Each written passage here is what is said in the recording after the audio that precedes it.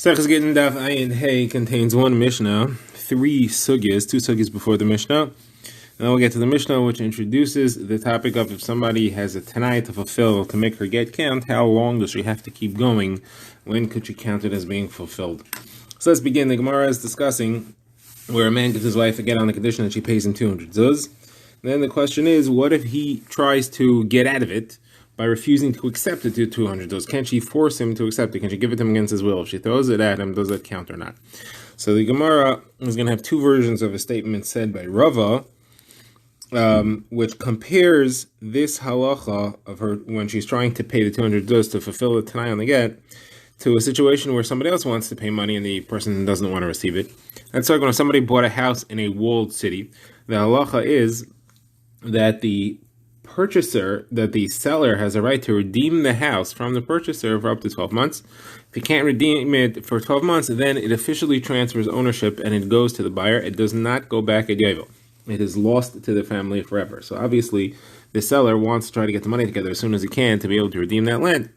Now, what the buyer would do, the Gemara says, the Gemara quotes a Mishnah that says, the buyer would do is that he used to hide. He would hide for 12 months so that the person couldn't find him. And then he wouldn't be able to redeem his house. So Hillel Azakin made a takana that he doesn't have to give it to the person. He could actually just bring it to the Beis HaMikdash. There was a room set up and he would put it there. And as soon as he put it there, that's considered as if he paid it, as if he redeemed his house. Then he can just go get his house back. He can break the door and enter and take back his house. And the purchaser who was avoiding him lost the house, and if he wants to get his money, he can go to the Beis HaMikdash, to the room where it was, and he can go at some point, he can go collect it. But it's considered as if you paid it just by putting it into this room. So now, the Gemara says, so you see from here, says Rava, that had he just thrown it at the guy, that would not have been enough. Hillel had to go and make a takana that you can give it to him bal karchay. So you see from this is that if you give somebody money, generally it's not considered to be as if you've given him.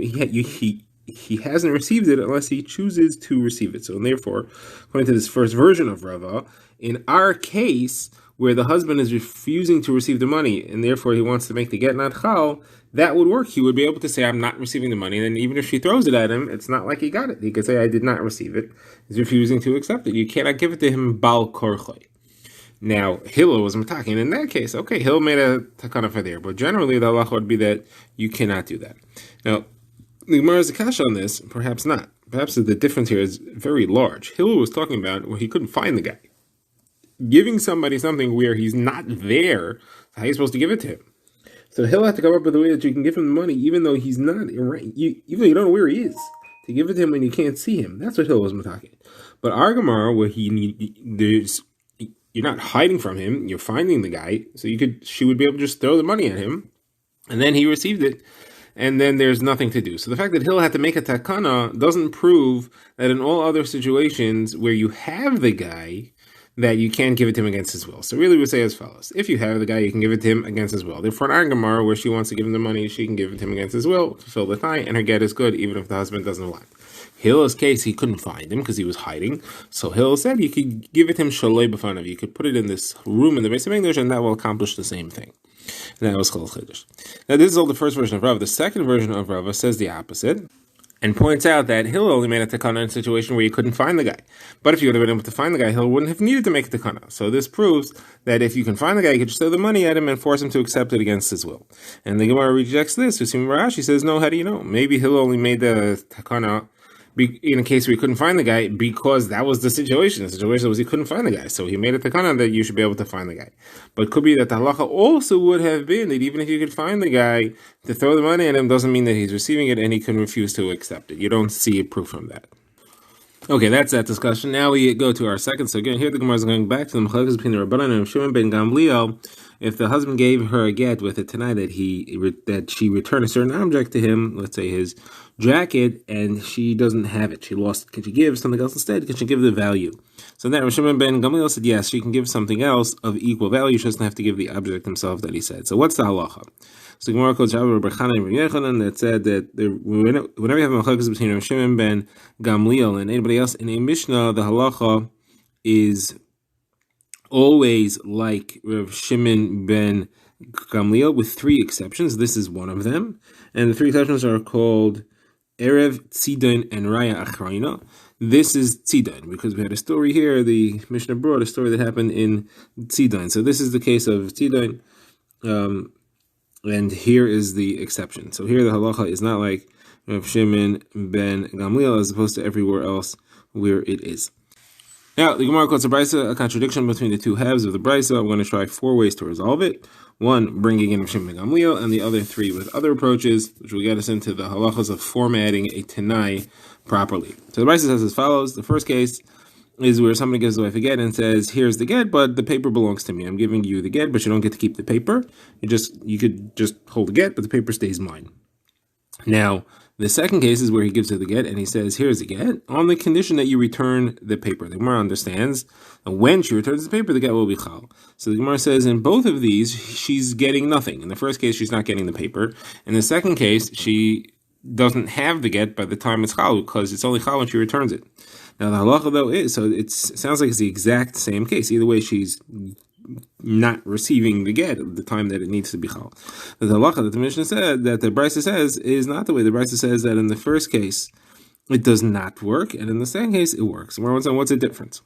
So the Gemara's first approach is Rav Chisda. Rav Chisda says this Rav Shimon ben Gamliel, who says that you can give something else instead. You don't have to give back the jacket to fulfill the Tanai. So here also, in the second case, she has to return the get to him.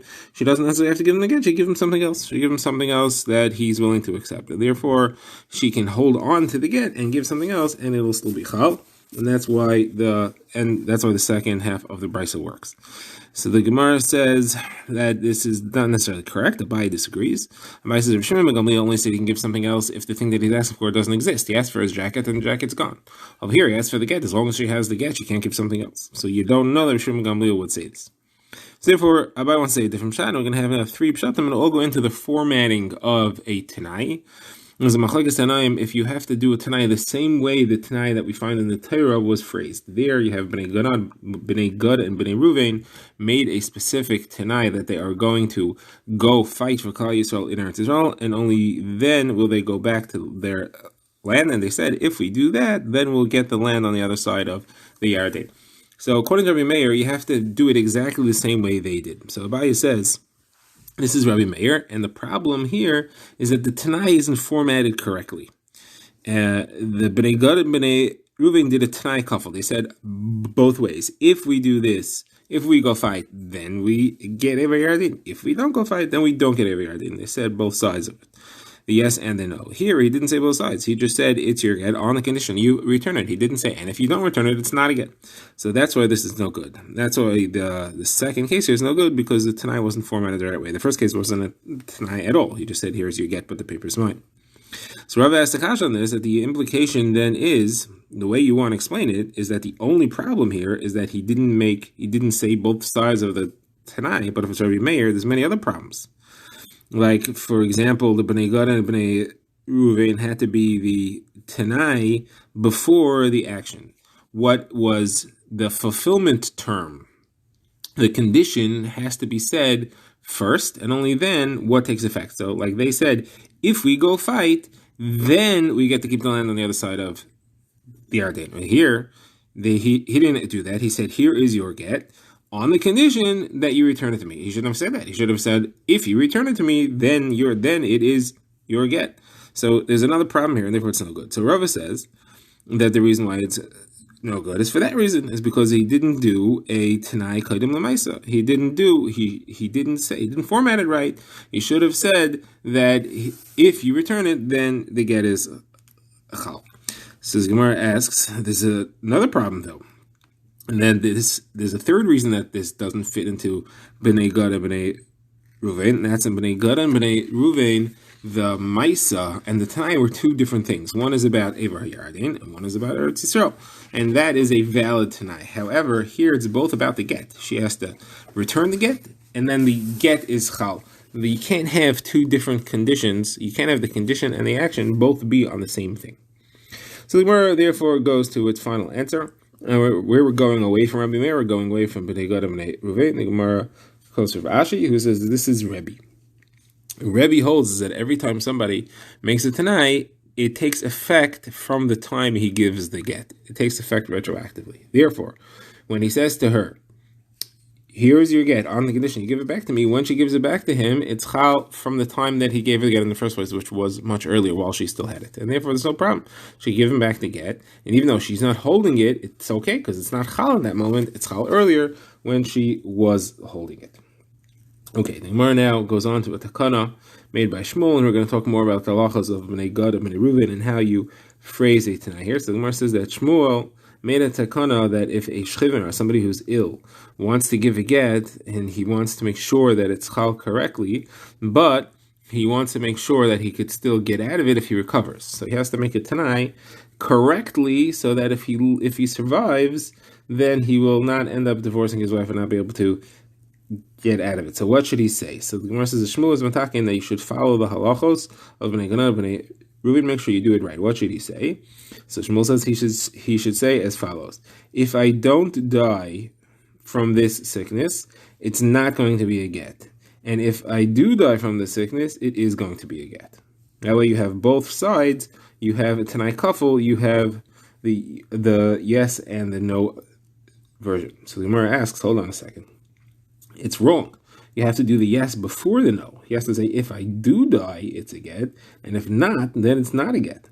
So the Gemara says, no, Shmuel didn't want to say that because the person doesn't want to talk about if I die first. You don't say the bad thing right up front.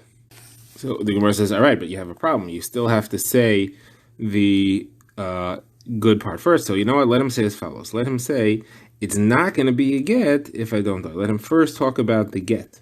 That way he's not talking about